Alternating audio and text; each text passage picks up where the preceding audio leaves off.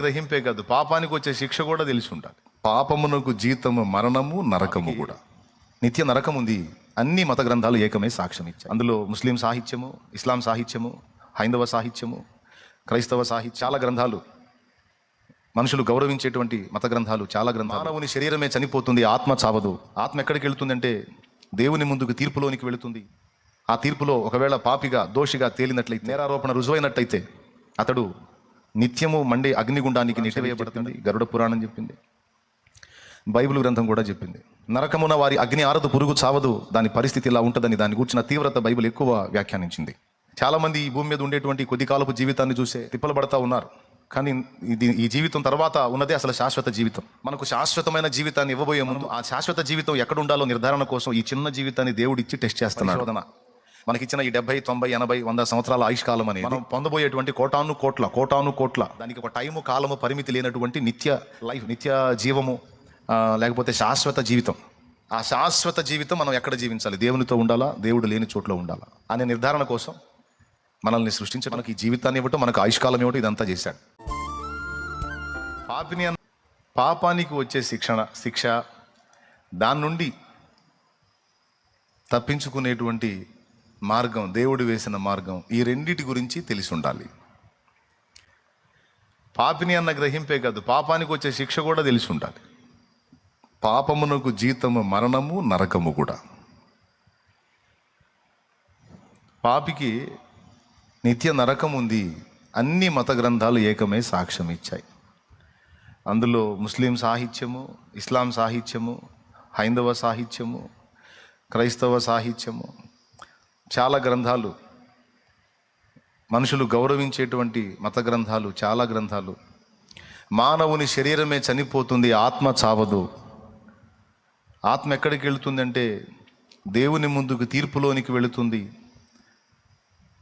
ఆ తీర్పులో ఒకవేళ పాపిగా దోషిగా తేలినట్లయితే, నేరారోపణ రుజువైనట్టయితే అతడు నిత్యము మండే అగ్నిగుండానికి నెట్టివేయబడతాడని ఖురాన్ షరీఫ్ చెప్పింది, గరుడ పురాణం చెప్పింది, బైబిల్ గ్రంథం కూడా చెప్పింది. నరకమున వారి అగ్ని ఆరదు, పురుగు చావదు, దాని పరిస్థితి ఇలా ఉంటుందని, దాన్ని కూర్చున్న తీవ్రత బైబిల్ ఎక్కువ వ్యాఖ్యానించింది. చాలామంది ఈ భూమి మీద ఉండేటువంటి కొద్ది కాలపు జీవితాన్ని చూసే తిప్పలు పడతా ఉన్నారు. కానీ ఈ జీవితం తర్వాత ఉన్నదే అసలు శాశ్వత జీవితం. మనకు శాశ్వతమైన జీవితాన్ని ఇవ్వబోయే ముందు మనం ఆ శాశ్వత జీవితం ఎక్కడ ఉండాలో నిర్ధారణ కోసం ఈ చిన్న జీవితాన్ని దేవుడిచ్చి టెస్ట్ చేస్తున్నాడు. పరిశోధన. మనకిచ్చిన ఈ 70, 90, 80, 100 సంవత్సరాల ఆయుష్కాలం అనేది మనం పొందబోయేటువంటి కోటాను కోట్ల దానికి ఒక టైము కాలము పరిమితి లేనటువంటి నిత్య లైఫ్, నిత్య జీవము, లేకపోతే శాశ్వత జీవితం. ఆ శాశ్వత జీవితం మనం ఎక్కడ జీవించాలి? దేవునితో ఉండాలా, దేవుడు లేని చోట్లో ఉండాలా అనే నిర్ధారణ కోసం మనల్ని సృష్టించటం, మనకి ఈ జీవితాన్ని ఇవ్వటం, మనకు ఆయుష్కాలం ఇవ్వటం, ఇదంతా చేశాడు. ఈ లోకంలో మనల్ని ఉంచాడు. ఈ లోకంలో దేవుడి గురించి మనకు వచ్చేది తక్కువ, లోకము ఆకర్షణ ఇవన్నీ ఎక్కువ. ఎట్లా అంటే అననుకూల ప్రపంచంలో మనల్ని పెట్టి ఆయన పక్కన నిలబడ్డాడు. నేను కావాలా, అవి కావాలా, నేను కావాలన్న వాళ్ళందరూ నా దగ్గరికి రండి, అవి కావాలన్న వాళ్ళు అటుపోండి. చిత్రం ఏంటంటే ఈయనకంటే అవి ఎక్కువ ఆకర్షణగా కనపడతాయి. అందుకని వాటికి ఎక్కువ ఆకర్షణ ఇచ్చి ఆయన వాటిని నాకు పక్కన పెట్టి ఆయన ఒక పక్కన నిలబడి, కోరుకోండి, మీరు అవి కోరుకుంటే అవి, నన్ను కోరుకుంటే నేను. లోకంలో ఉన్న ప్రజల్లో చాలామంది వాటిని కోరుకున్నారు, కొంతమంది దేవుణ్ణి కోరుకున్నారు, దేవుని వైపు వచ్చారు. నా యందు విశ్వాసం ఉంచిన వారందరినీ నిత్య జీవానికి వారసులుగా చేస్తానని ఆయన మాట్లాడాడు. ఈ అననుకూల ప్రపంచంలో మనల్ని ఉంచి పరీక్ష నాళికలు మనల్ని పరీక్షిస్తున్నాడు. ఎందుకంటే శాశ్వత జీవితం మనకి ఇవ్వాలి, అది ఎక్కడ ఉంచాలి మనల్ని అని. అర్థమైందా? కాబట్టి మనకి నిత్య నరకం కూడా ఒకటి ఉంది, నిత్య జీవం కూడా ఒకటి ఉంది. కాబట్టి నిత్య నరకం తప్పించుకోవాలి. అసలు నరకానికి ఎందుకు వెళ్తున్నాడు మనిషి అంటే పాపాలను బట్టి, వాటి క్రియలను బట్టి, అందులో ఉన్న పాపాన్ని బట్టి వెళ్తున్నాడు. మరి ఇప్పుడు నరకం తప్పించుకోవాలంటే పాపం పోవాలి. అర్థమైందా?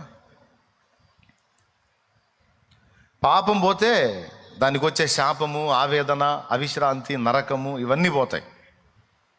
మరి ఇప్పుడు ఈ పాపం ఎట్లా పోతుంది? ఈ స్పర్శ అనేది ఈ మతం ఆ మతం అని లేదు, అన్ని మతాల వాళ్ళకు ఉంది. అన్ని మతాల వాళ్ళు మీరు గమనించండి, వాళ్ళ వ్యాఖ్యలు వినండి, మాటలు వినండి. ఎందుకు ఇలా చేస్తున్నామంటే పాపాలు పోతాయండి, పాపాలు పోతాయండి. నదిలో మునిగితే పాపాలు పోతాయండి, హజ్ యాత్రకు పోతే పాపాలు పోతాయండి, ప్రార్థన చేస్తే దేవుని యేసుప్రభు దగ్గరికి వెళ్తే పాపాలు పోతాయండి. క్రిస్టియన్ చెప్పినా, ముస్లిం చెప్పినా, హిందూ చెప్పినా అందరి గోల పాపాలు పోతాయి, పాపాలు పోతాయి, ఇది చేస్తే పోతాయి. అందరిలో పాపమును గూర్చిన స్పర్శ ఉంది. ఏమైనా అర్థమవుతుంది నేను చెప్పేది? స్తోత్రం చెప్పండి, గట్టిగా చెప్పండి. ఈ మతం ఆ మతం అని లేదు, అందరిలో మనస్సాక్షి ఉంది, అందరిలో పాపాన్ని కూర్చిన భయం ఉంది. అందుకే ఎవరు తిప్పలన్నా చూడు, ఏందిరా నీ బాధలు అంటే పాపం పోయిద్ది సార్ ఇట చేస్తే. పాపం ఉంటే ఏమైందిరా అని మనం అందాం. పాపం ఉంటే ఏముంది సార్? బతుకులో ఆవేదన, సస్తే నరకం. కాబట్టి ఆ నరకం నుంచి తప్పించుకోవాలంటే దానికి కారణమైన పాపం నుంచి విడుదల పొందాలి. అందుకే తిప్పలు పడుతున్నానని రకరకాల తిప్పలు జనం పడతా ఉంటారు. కాబట్టి బాప్తిస్మం ముందుకు వచ్చిన వాడికి ఫస్ట్ తాను పాపిని అన్న గ్రహింపు ఉండాలి. రెండవది పాపానికి వచ్చే జీతం ఏంటో కూడా తెలిసి ఉండాలి. మరి ఇప్పుడు సమస్య అర్థమైంది, పాపానికి శిక్ష వస్తుందని. ఇప్పుడు దాని నుంచి తప్పించుకునే మార్గం ఏంటి? దానికి మనుషులు కల్పించుకున్న మార్గాలు ఉన్నాయి, దేవుడు తానే వేసిన మార్గం ఒకటి ఉంది. మనుషులు కల్పించిన మార్గాలు రకరకాలు ఉన్నాయి. ఇలా చేస్తే దేవుడు వదిలేస్తాడు, అలా చేస్తే దేవుడు వదిలేస్తాడు, అందులో మునిగితే వదిలేస్తాడు, ఇందులో పొర్లితే వదిలేస్తాడు, అట్లా చేస్తే వదిలేస్తాడు, ఇట్లా చేస్తే వదిలేస్తాడు. రకరకాల మార్గాలు వేసుకున్నారు. ఎవరు బుర్రకు దోచిన మార్గాలు వాళ్ళు సొంత మార్గాలు వేసుకున్నారు. సొంత మార్గాలు మనుషులు వేసుకున్న మార్గాలన్నీ దేవుడు ఆమోదించడు. ఎందుకంటే మనం ఇచ్చే ప్రతిఫలాలు తీసుకొని, మనం ఇచ్చేటువంటి చిల్లర తీసుకొని, మనం ఇచ్చేటువంటి అవి ఇవి తీసుకొని మన పాపాలను, మన దోషాలను దేవుడు వదిలిపెడితే మనందరికంటే దేవుడే పెద్ద పాప అవుతాడు. ఏమైనా అర్థమైందా మీకు? మనం ఇచ్చే కమిషన్లు ఏవైనా ఏ రూపంలోనన్నా ఇవ్వు, నువ్వు దేవుడా ఇగో ఇది తీసుకొని నా పాపాలు వదిలేసేయి అని మనం ఇచ్చే సమస్తము, అవి ఏవైనా కానీ, ఏ మతం వాళ్ళు ఎలాంటి ప్రయత్నాలు చేయని, వాటిలో ఏవి తీసుకొని దేవుడు మనల్ని వదిలిపెట్టినా, తీసుకొని వదిలిపెడితే, ప్రతిఫలం తీసుకొని వదిలిపెడితే ఈ మనుషులందరికంటే ఆ దేవుడే పెద్ద పాప అవుతాడు. ఈ సంగతి సమాజంలో చాలామందికి తెలియదు.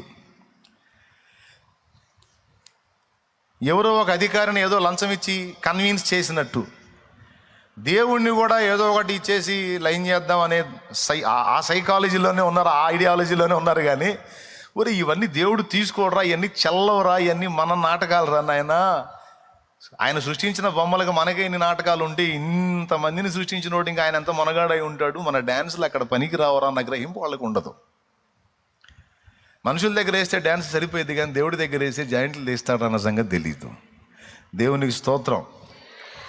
మరి ఏం చేయాలి బాబు, ఎట్లా బయటపడాలి? మరి ఇప్పుడు పాపానికేమో శిక్ష అంటుండే, మరి తప్పించుకోవాలి అంటే మరి ఏం చేయాలి? మరి ఇదే దొరికింది దారి, ఏదో ఒకటి ముందు ఇచ్చి శాంతి పరుద్దాం అని తిప్పలు పడుతున్నాం. అంటే దానికి దేవుడిచ్చిన సమాధానం ఏంటంటే, ఓకే మీ బాధ అర్థమైంది, పరిష్కారం అది కాదు. పరిష్కారం ఏంటంటే మీ పాపమునకు మీరన్నా శిక్ష పొందాలి, లేదా మీ స్థానములో మీ సంబంధిగా ఉన్నవాడు మరొకడన్నా శిక్ష పొందాలి. ఆ విధంగా తప్పించి ఇక ఏ విధంగా కూడా పాపానికి శిక్ష తప్ప ప్రాయశ్చిత్తము మీ పక్షంగా చేస్తే తప్ప మీరు పాపం నుంచి విడుదల పొందలేరు. ఎందుకంటే నేను న్యాయాధిపతిని. ఏదో మీరు ఇచ్చినవి తీసుకొని వదిలేశాను అనుకో, నేను తేడా అవుతాను. కాబట్టి అట్లా కుదరదు. అందుకని మీ పక్షమున మీ అందరినీ సృష్టించినటువంటి సృష్టికర్త నేనే, మీ తండ్రిని నేనే, న్యాయాధిపతిని కూడా నేనే. కాబట్టి న్యాయం పక్షంగా మీ దోషానికి శిక్ష నేను వేస్తాను. మీ అందరి పక్షంగా నేనే వచ్చి మీ పాపాలకు నా శరీరమందు వెల చెల్లిస్తాను.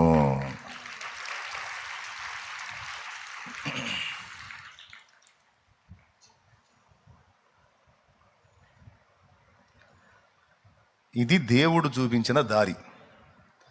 అలాగూ నేనే మీకు బదులు ప్రాణం పెడతాను, ఇది జరుగుతుంది అనటానికి ఆదికాండము 2వ అధ్యాయములోనే ఒక పని చేసి సాక్ష్యం ఇచ్చాడు. వాస్తవంగా ఆదాం హవ్వలను తోటలో ఉంచినప్పుడు ఏమన్నాడు? ఆ పండు తిను దినమున నిశ్చయముగా మీరు చచ్చెదరు అన్నాడా అనలేదా? బైబిల్ చదివిన వాళ్ళు చేతులు ఎత్తండి. కనీసం ఆదికాండం కూడా చదవలేదా? ఇది మహాదరిద్రం. దేవునికి స్తోత్రం. వాక్యం మనం చదవాలని ప్రసంగం చేసినప్పుడల్లా ఆవేశంతో ముందు చదివేది ఆ 3 అధ్యాయాలే. ఏ 3 అధ్యాయాలు? ఆదికాండం 3 అధ్యాయాలే, అవునా?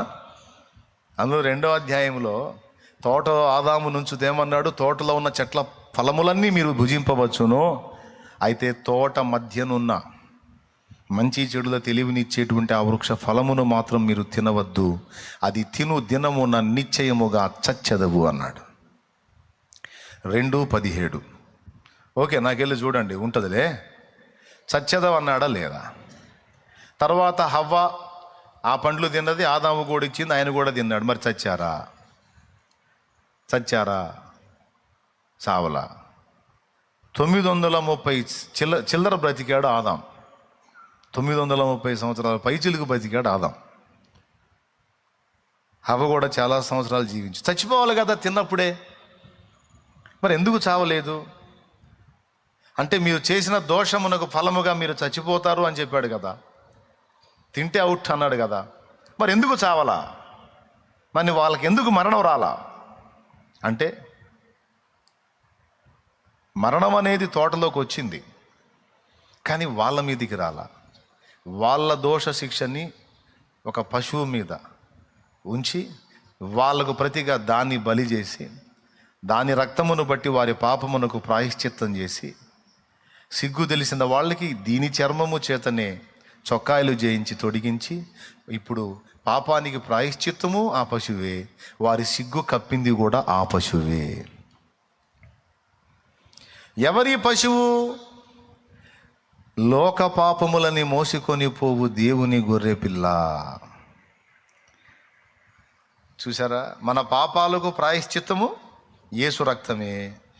మనకు సిగ్గు కప్పుకోవడానికి మహిమ వస్త్రము, రక్షణ వస్త్రము, పరిశుద్ధ వస్త్రము, నీతి వస్త్రము యేసే. విమోచన యేసే, దేహమును కప్పిన వస్త్రము యేసే. క్రీస్తులోనికి బాప్తిస్మం పొందిన మనం అందరము ఆయనను ధరించుకున్నామని ఒక వస్త్రాన్ని గురించి మాట్లాడినట్టు మాట్లాడుతున్నాడు. ఆ పశువు ద్వారా 2 జరిగిన ఆదాము హవ్వలకి. ఒకటి, వారి మీదికి రావలసిన మరణము తప్పింది, అది పశువు మీద పడింది. ఓకే, ఇప్పుడు వాళ్ళకు దోష నివృత్తి కలిగింది. అందుకే వాళ్ళు చావకుండా బ్రతికారు అన్ని 100 సంవత్సరాలు. లేత అవుట్. రెండవది, వాళ్ళ దేహములకు చలి, ఎండ, వాన 3 కాలాలకు సరిపోయిన వస్త్రాలు వాళ్ళకి దొరికినాయి.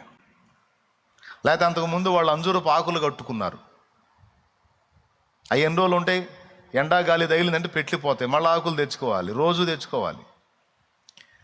కానీ దేవుడు చేసిన పని చూడండి, చర్మపు చొక్కాయలు చేయించి తొడిగించాడు, ఇంకంతే, ఫిక్స్డ్ అయ్యి. ఏమైనా అర్థమైందా నేను చెప్పింది? ఏమర్థమైంది?